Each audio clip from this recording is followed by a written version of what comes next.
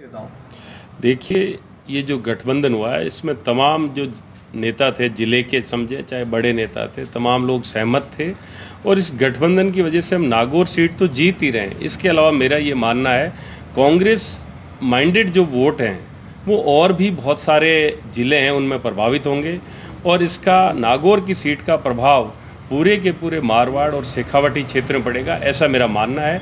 और आप लोग जब परिणाम आएंगे तब आप ये खुद महसूस करेंगे कि कहीं ना कहीं ये जो इंडिया अलायंस के तहत आरएलपी और कांग्रेस का गठबंधन हुआ है, इससे हमें राजस्थान के अंदर बड़ा भारी फायदा मिला है। क्योंकि कांग्रेस के लोग ये मानते भी हैं कि ये अलायंस अगर हम लोग विधानसभा चुनाव के दौरान करते तो उस वक्त भी हमें बहुत अच्छा फायदा मिलता, लेकिन हमने अब किया है तो अब इस लोकसभा चुनाव के अंदर हम बीजेपी को शिकस्त दे पाएंगे, ये बात तय है नागौर से। और मारवाड़ और शेखावटी के अन्य पूरे के पूरे राजस्थान में हमें ये फायदा मिलेगा। जब गठबंधन नहीं हुआ था उससे पहले चर्चा चल रही थी, उसमें आपका भी नाम टिकट के दौर में था और ये भी माना जा रहा है कि जो गठबंधन हुआ उसमें आपकी भी एक प्रमुख भूमिका रही है। देखिए, मैंने कहा कि हम सब ने भूमिका निभाई है।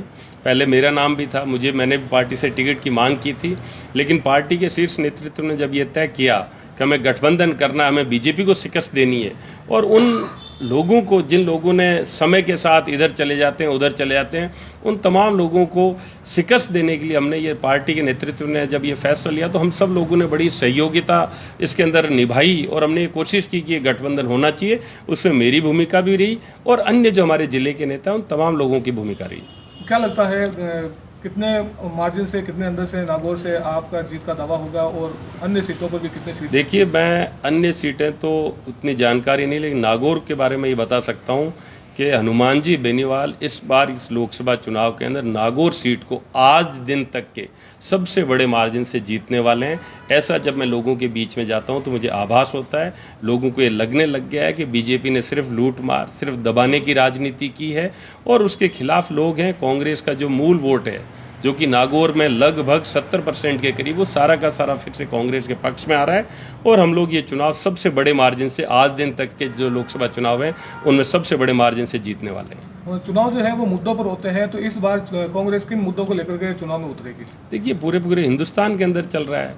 ईडी को काम में लिया जाता है, सीबीआई को काम में लिया जाता है, पुलिस को काम में लिया जाता है, दबाव की राजनीति हो रही है। तो हम लोग इसी सबसे बड़ा मुद्दा हमारा ये है कि एक तो मोदी जी ने वादा खिलाफी की, वो ये बोलते रहे मैं महंगाई कम कर दूंगा, वो ये बोलते रहे मैं लोगों के, किसानों के हालात में सुधार कर दूंगा, वो ये बोलते रहे लोगों के अधिकार बढ़ जाएंगे। लेकिन मेरा ये मानना है और पूरे के पूरे देश में चर्चा है कि जो लोगों के अधिकार है वो कम हो गए, लोगों को दबाया जा रहा है, लोगों को कुचला जा रहा है। खासकर जो किसान कौम है उसके साथ तो इतना बुरा बर्ताव हुआ है पिछले 5 साल के अंदर, जिसका कोई दूसरा सानी नहीं रहा आज दिन तक के भारत के इतिहास में। तो लोगों को अपने जो अधिकार है धरना देने का, अपनी मांग रखने का, उसको भी कहीं ना कहीं कटौती की जा रही है।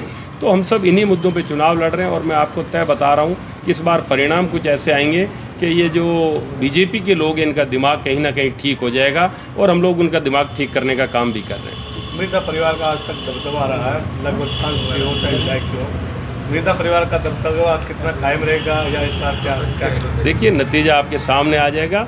दबदबा कुछ नहीं है।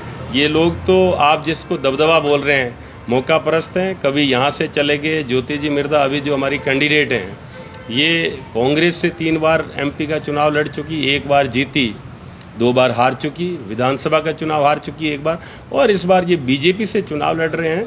तो इनका लोगों की सेवा से कोई सरोकार नहीं है, ये सिर्फ और सिर्फ अपने खुद को पद पाने की लालसा है। उसके तहत ये कभी इस पार्टी में, कभी उस पार्टी में, कभी यहाँ कभी वहाँ, लेकिन इनकी ये लालसा पूरी नहीं होगी और ये इतने भारी मतों से हारेंगे कि इसके बाद शायद ये राजनीति कहीं ना कहीं छोड़ दें। मुझे ऐसा लगता है इनके दिमाग में ये बात क्लियर हो जाएगी कि राजनीति मेरा पेशा नहीं है या उनका पेशा नहीं है। यशपाल मिर्धा और उनके बेटे ने भी भाजपा का दामन थाम लिया और कांग्रेस पर कई तरह